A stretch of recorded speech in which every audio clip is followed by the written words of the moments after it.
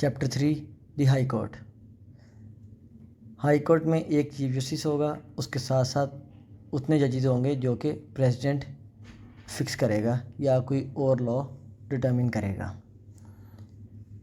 Article 193 appointment of the जजेस of high court. जो high court की जजेस की अपॉइंटमेंट होगी वो आर्टिकल 175A के तहत प्रेसिडेंट करेगा।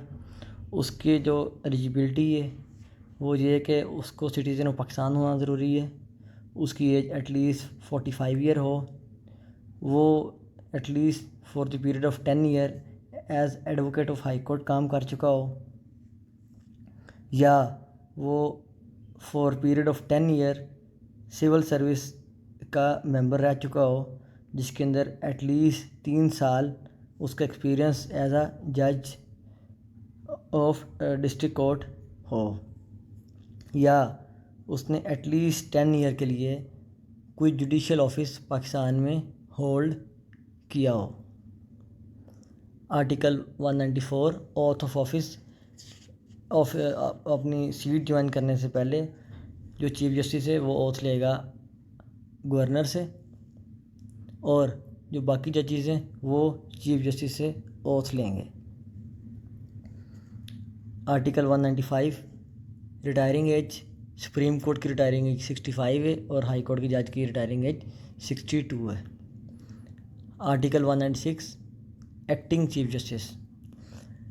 अब ये जो आर्टिकल 196 है एक्टिंग चीफ जस्टिस, और जो आर्टिकल 197 है एडिशनल चीफ जस्टिस, ये सेम जो कि सुप्रीम कोर्ट के चैप्टर में हमने देखे थे दो चीज़ें, एक्टिंग चीफ जस्टिस 180 में और एक्टिंग जजेस 181 में, सेम अब वो हाई कोर्ट में जो है वो 196 और 197 में कवर हो रहे हैं। सेम दोनों में प्रिंसिपल सेम अप्लाई हो रहा है।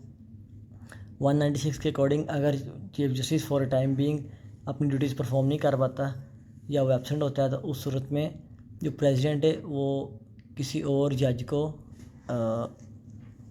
As a chief justice appoint कर देगी।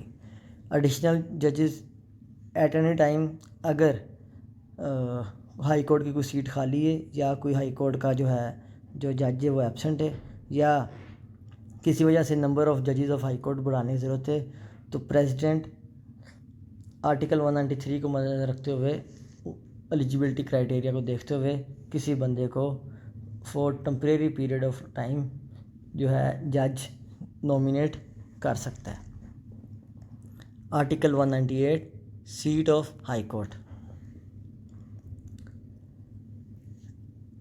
सबसे पहले Islamabad high court article 1A में, इस्लामाबाद हाई कोर्ट की जो प्रिंसिपल सीट होगी वो इस्लामाबाद में होगी।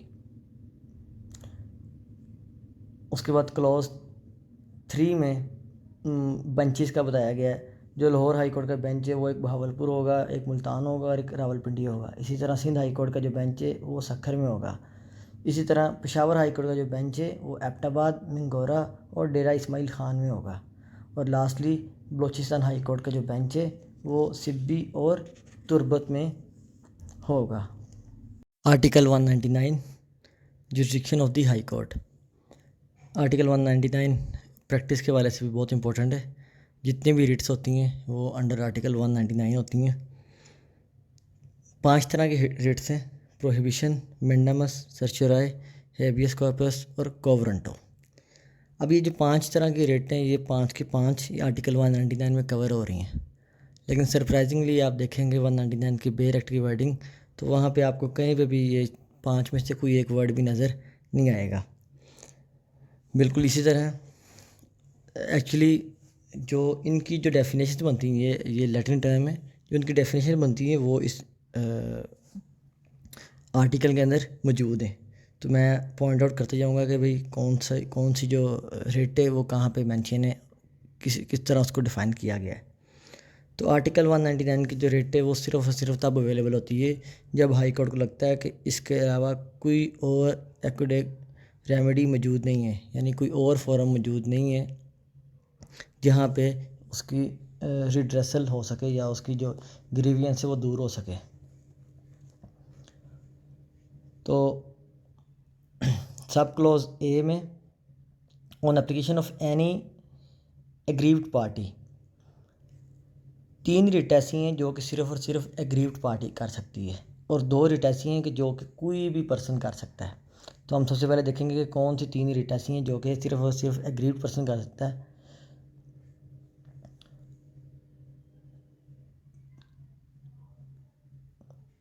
प्रोहिबिशन, मैंडामस और सर्चराई, ये 3 रिट ऐसी हैं जो कि सिर्फ़ और सिर्फ एग्रीव्ड पर्सन कर सकता है और हेबियस कॉर्पस और को वारंटो जो है वो कोई भी पर्सन कर सकता है।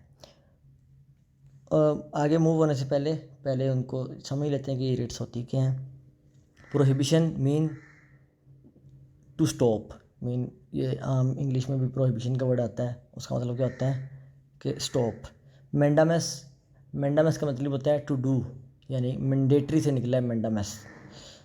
और जो सर्चराई, सर्चराई में क्या होता है, सर्चराई में किसी भी कोर्ट की प्रोसीडिंग को गो थ्रू किया जाता है कि आया कि is it according to law और नॉट, यानी ड्यू प्रोसेस ऑफ लॉ उसमें फॉलो किया गया कि नहीं किया गया। अब 199 के सब क्लोज ये कि पॉइंट 1 में मेंशन है to refrain from doing anything he is not permitted by law to do, this is prohibition. और उसके साथ ही मेंशन है और to do anything which is required by law to do, that's mandamus. इसी तरह जो सेकंड पॉइंट है उसमें सर्च राय को लिखा गया है। जैसे मैंने पहले बताया वर्ड सर्च राय यूज़ नहीं हो रहा, लेकिन उसका जो एसेंस है वो यहाँ पे शो हो रहा है। Declaring that any act done or proceeding taken within the territorial jurisdiction of the court by a person performing function in connection with the affairs of the federation, a province or local authority has been done or taken without lawful authority and is of no legal effect, so that's search राय। Secondly sub clause B, इसमें पहले point में habeas corpus define है और second point में quo warranto define है। Habeas corpus literal mean bring the body back to the court. तो habeas corpus में क्या है कि जो कोर्ट है वो ऑर्डर करती है कि एक बंदे को फिज़िकली वहाँ से जहाँ पे भी वो कस्टडी में है वहाँ से ला के कोर्ट के अंदर पेश किया जाए। तो ऑब्वियसली जब ये बंदा कोई पुलिस किसी को गलत अरेस्ट करती है या कोई बंदा जो किडनैप या एबडक्ट होता है तो उस सूरत में जो है हेबियस कॉर्पस जो है वो इन एक्शन आती है। को वारंटो मीन के under what authority you are holding this office. तो सेकंड पॉइंट पढ़ते हैं, requiring a person within territorial jurisdiction of the court holding or purporting to hold a public office to show under what authority of law he claim to hold that office. ये आमतौर पे तब in action आती है कि जब out of the way किसी को प्रमोट कर दिया जाता है या out of the way merit को मद्देनज़र ना रखते हुए किसी को अपॉइंट किया जाता है, तो ये को वारंटो की जो है रेमेडी रिट की जो है रेमेडी अवेलेबल होती है। उसके साथ साथ सब क्लोज सी में जो रिट की जा सकती है अगर कोई फंडामेंटल राइट जो कि पार्ट 2 चैप्टर 1 फंडामेंटल राइट्स में कोई मेंशन है, अगर उसकी किसी किस्म की भी वायलेशन होती है तो उसकी रेमेडी भी अवेलेबल है कि अंडर आर्टिकल 199 हाई कोर्ट में रिट की जा सकती है और हाई कोर्ट उस हवाले से रीज़नेबल ऑर्डर जारी करेगा जिससे जो उसकी वायलेशन है ख़त्म हो सके और उसकी रिड्रेसल हो सके। उसके बाद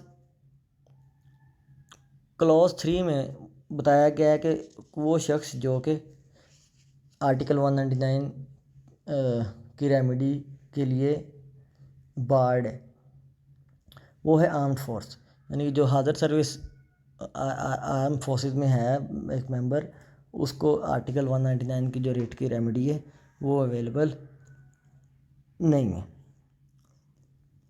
अब यहाँ पे बात हुई थी पर्सन की, तो यहाँ पे पर्सन भी उन्होंने डिफ़ाइन कर दिया है क्लॉज 5 में कि person include any body political or corporate any authority or under the control of federal government or provincial government and any court of tribunal other than a supreme court, a high court or a court of tribunal established under law relating to the armed force of Pakistan.